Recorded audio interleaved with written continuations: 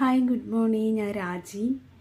ഞാനിപ്പോൾ ഈ വീഡിയോ ചെയ്യുന്ന കാരണം കുറച്ച് സങ്കടകരമായുള്ള കാര്യങ്ങൾ പറയാൻ വേണ്ടിയിട്ടാണ്. അതായത് എൻ്റെ വീട് തിരുവനന്തപുരം ജില്ലയിൽ നെടുമങ്ങാടാണ് എൻ്റെ വീട്. ഞാൻ ഒത്തിരി കഷ്ടപ്പെട്ടൊരു കുടുംബത്തിലെ ഒരാളാണ്.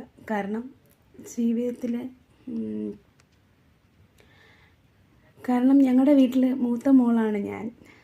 അതായത് 3 മക്കളിൽ മൂത്തവളാണ് ഞാൻ. അപ്പോൾ കൂടുതൽ വീട്ടിലെ സാഹചര്യങ്ങൾ കണ്ട് വളർന്ന ഒരാളായിരുന്നു. കാരണം വീട്ടിൽ അമ്മ മെൻ്റൽ പേഷ്യൻ്റായിരുന്നു. അമ്മയ്ക്കൊപ്പം അമ്മയുടെ 2 താഴത്തെ അനിയത്തിമാരും മെൻ്റൽ പേഷ്യൻ്റ്. അത് എൻ്റെ ഫാമിലിയിൽ, എൻ്റെ നാട്ടിലെല്ലാവർക്കും അറിയാമെന്നുള്ള കാര്യമാണ്. അത് ഉണ്ടാക്കി പറയുന്നില്ല. കാരണം ഇത് പറയാൻ കാരണം, നമ്മളിവിടെ ഷോപ്പ് തുടങ്ങിയ സമയത്ത് നമുക്ക് നല്ല ക്യാഷുണ്ട്, വീടുണ്ട്, കാറുണ്ട്. ഞങ്ങൾ പലപ്പോഴും സായിപ്പും മദാമയും, അതായത് ഗസ്റ്റ് ഞങ്ങളെ സഹായിക്കാൻ വന്നപ്പോൾ പോലും നുണകൾ പറഞ്ഞു കൊടുത്ത് മാറ്റിയ വ്യക്തികളേ ഉള്ളൂ ഞാനിപ്പോൾ വർക്ക് ചെയ്യുന്ന ആ സ്ഥലത്തെ ആളുകൾ. പക്ഷേ എൻ്റെ സാഹചര്യങ്ങളും എൻ്റെ ജീവിത ചരിത്രങ്ങളും അന്വേഷിച്ച് കഴിഞ്ഞാൽ ഞാൻ വളരെ ദാരിദ്ര്യക്ക് താഴ്ന്നു. കാരണം ചെറിയൊരു ഓലപ്പുരയായിരുന്നു എൻ്റെ വീട്.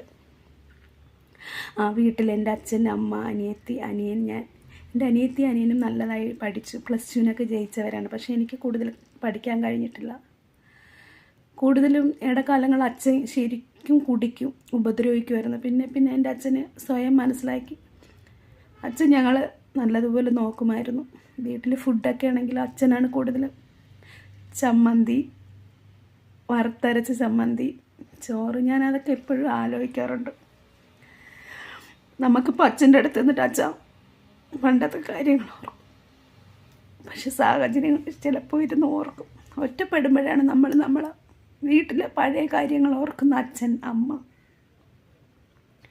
പഴയ ജീവിത സാഹചര്യങ്ങൾ നമ്മൾ ഓർക്കുന്നത്.